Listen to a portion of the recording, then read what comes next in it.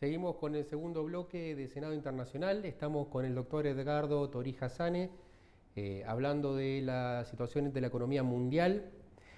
Al principio me dijiste que si bien hay señales o indicadores que apuntan hacia una salida de alguna manera de la crisis, no había razones para ser demasiado optimista o algo por el estilo. Me gustaría que me expliques. Sí, bueno, lo que pasa fundamentalmente es que la crisis internacional que se agravó en el 2008, que está ligada a esta expansión desmedida del mercado, de un segmento del mercado inmobiliario norteamericano que trajo la crisis y que después se expandió al mundo entero, quizá no se trate de una crisis cíclica, de una crisis pasajera, sino que tiene algún tipo de componente de crisis sistémica o crisis estructural. ¿Qué quiero decir con esto? Que después de la crisis, después de la peor fase de la crisis y de esta recuperación, la economía hoy ya no es la misma de la que era antes de la crisis. Por ejemplo, si uno mira el mercado de trabajo en las principales economías avanzadas, observa que, por ejemplo, la tasa de desempleo quedó en un nivel mucho mayor. Estados Unidos tiene una tasa de desempleo actualmente alrededor del 7%, cuando antes de la crisis estaba en un 4%. En el caso de Europa, hoy es en promedio, en la zona euro, 12%, cuando era 7% antes, sin ni hablar en el caso de zona euro de países como Grecia o España, que tienen tasas de desempleo del 25% más, que son cifras realmente escalofriantes. También hay otra percepción luego de la crisis, que es que se fue agravando la desigualdad en el ingreso, ¿no?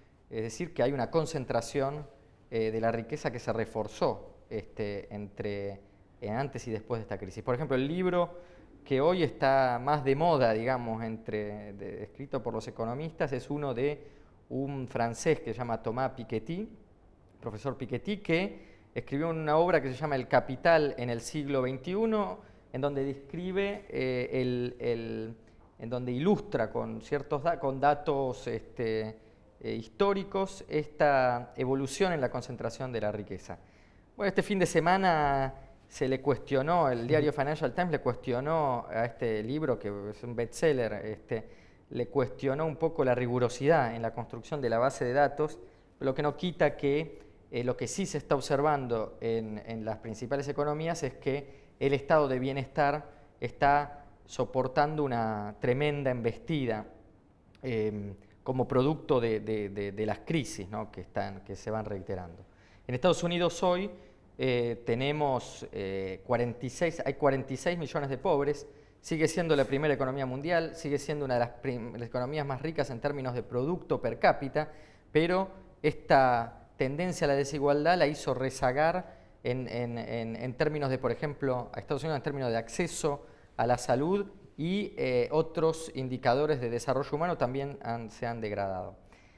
Volviendo al tema de la crisis, de la salida de la crisis, insistiendo con esto de que no es una crisis cíclica, bueno, se ve que la idea... A día de ciclo pareciera decir que uno sale de la crisis y vuelve a estar en el estado anterior. Claro que... Igual, como que todo vuelve a empezar. Digamos, para usar el lenguaje de los economistas, que hay un equilibrio, una situación de equilibrio, hay un shock que puede ser originado por errores de política o por algún factor que ejerce un efecto negativo, pero que después la economía se va reabsorbiendo esas dificultades y vuelve a una situación de equilibrio.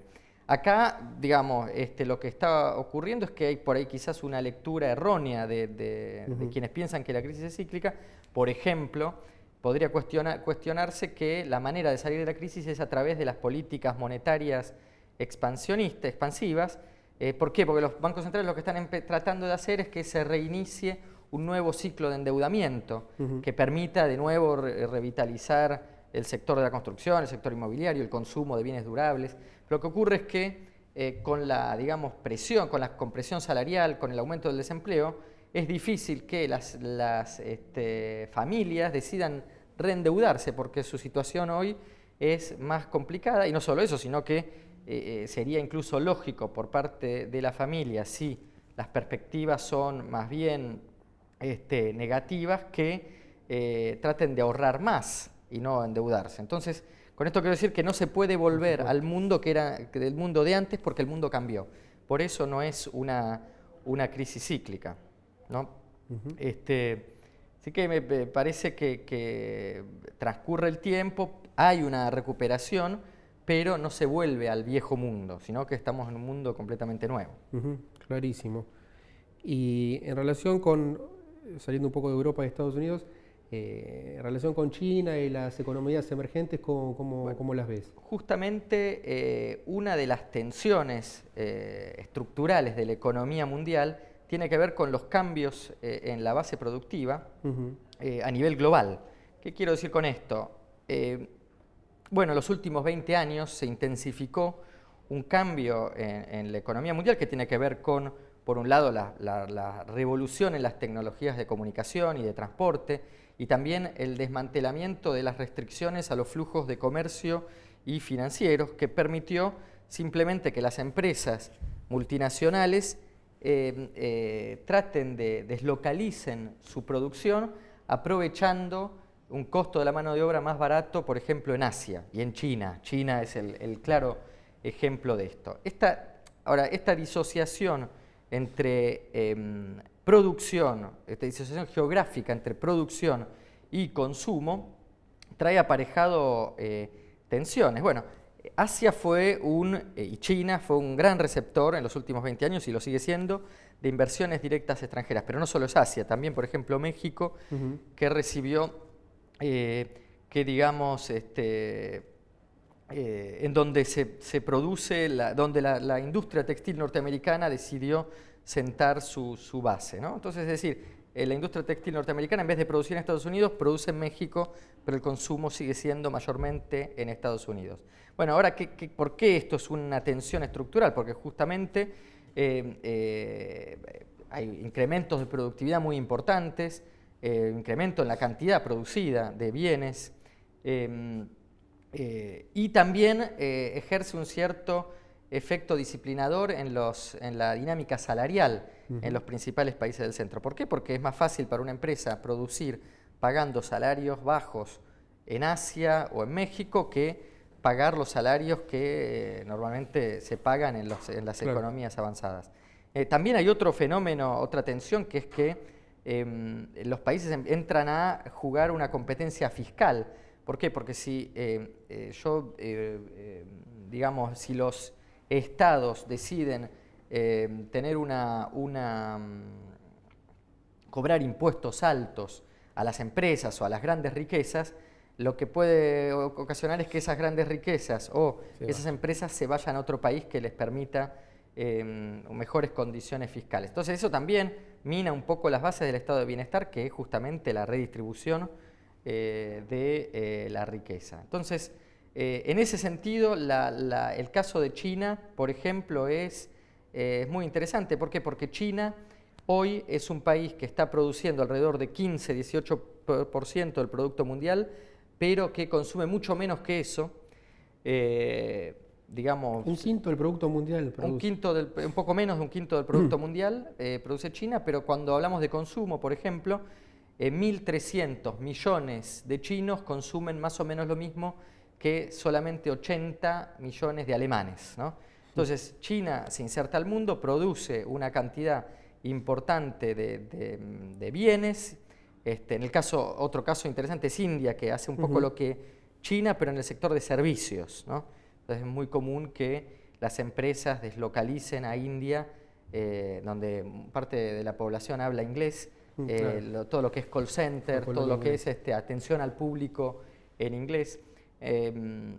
Bueno, entonces lo que ocurre es que hay una tensión importante, que es que los países emergentes, digamos, y los países en desarrollo en general, no tienen el poder de consumo, el poder adquisitivo que permite, digamos, cubrir la caída en el poder adquisitivo en los países más importantes, de los países más avanzados. Entonces ahí se da una situación de exceso, si uno quiere, de oferta de bienes a nivel internacional, que si uno quiere evitar que la crisis se perpetúe en el futuro, que entremos en un periodo de larga depresión económica, o alternativamente que sigamos con crisis repetidas ligadas a un sobreendeudamiento, lo que es importante, crucial, es que estas economías en desarrollo logren aumentar su poder adquisitivo y cubran un poco el déficit de consumo generado por la situación modesta de crecimiento en las principales economías. Un déficit en la demanda. Déficit en la demanda, exactamente. Por supuesto, hay distintos puntos que serían interesantes analizar en cada caso, pero me parece que esos son si uno quiere tener una visión global de lo que está ocurriendo en la economía mundial, yo diría que esos son los factores más importantes. Sí, además muy actualizado toda la información. Muchas gracias, Edgardo. Gracias por la invitación. No, por nada, fue un placer. Nos vemos la semana que viene en otra edición de Senado Internacional. Gracias.